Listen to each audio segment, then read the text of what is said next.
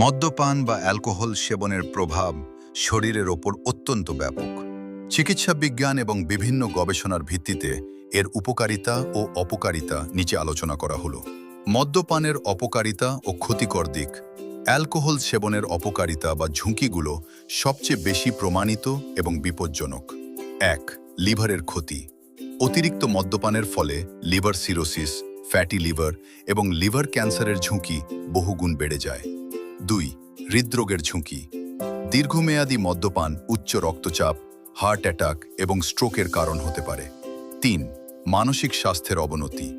এটি বিষণ্ণতা, উদ্বেগ ও অনিদ্রার সমস্যা তৈরি করে। এছাড়া মদ্যপানে আসক্তি তৈরি হলে তা ব্যক্তিগত, সামাজিক ও পারিবারিক জীবন ধ্বংস করে দেয়। ৪. ক্যান্সারের ঝুঁকি।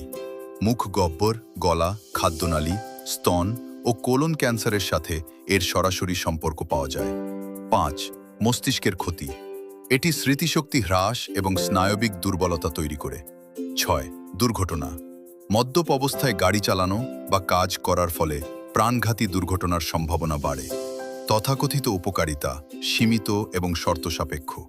কিছু গবেষণার খুব সামান্য পরিমাণ মদ্যপানের কিছু সম্ভাব্য সুফলের কথা বলা হয়েছে, তবে চিকিৎসকরা কখনোই সুস্থ থাকার উপায় হিসেবে মদ্যপান শুরু করার পরামর্শ দেন না। ১. হৃদস্বাস্থ্যের ওপর প্রভাব। কিছু গবেষণা অনুযায়ী সীমিত পরিমাণে রেড ওয়াইন সেবন রক্তে ভালো কোলেস্টেরল বাড়াতে এবং রক্তনালীতে জমাট বাঁধা রোধ করতে কিছুটা সাহায্য করতে পারে। ২. মানসিক শিথিলতা। সাময়িকভাবে এটি মানসিক চাপ কমাতে বা সামাজিক মেলামেশার জড়তা কাটাতে সাহায্য করে। গুরুত্বপূর্ণ সতর্কতা।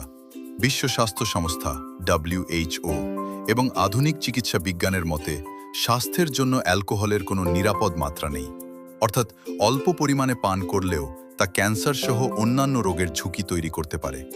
পরামর্শ: যদি কেউ নিয়মিত মদ্যপান করে তবে তা ধীরে ধীরে কমিয়ে আনা এবং সুস্থ জীবনধারার জন্য পুষ্টিকর খাবার ও নিয়মিত ব্যায়ামের দিকে মনোযোগ দেওয়া শ্রেয়। কোনো শারীরিক সমস্যা দেখা দিলে অবশ্যই বিশেষজ্ঞ চিকিৎসকের পরামর্শ নিন। তো বন্ধুরা, ভিডিওটা কেমন লাগলো সবাই জানাবেন কমেন্ট করে, আর আমাদের চ্যানেলটা সাবস্ক্রাইব করে রাখবেন।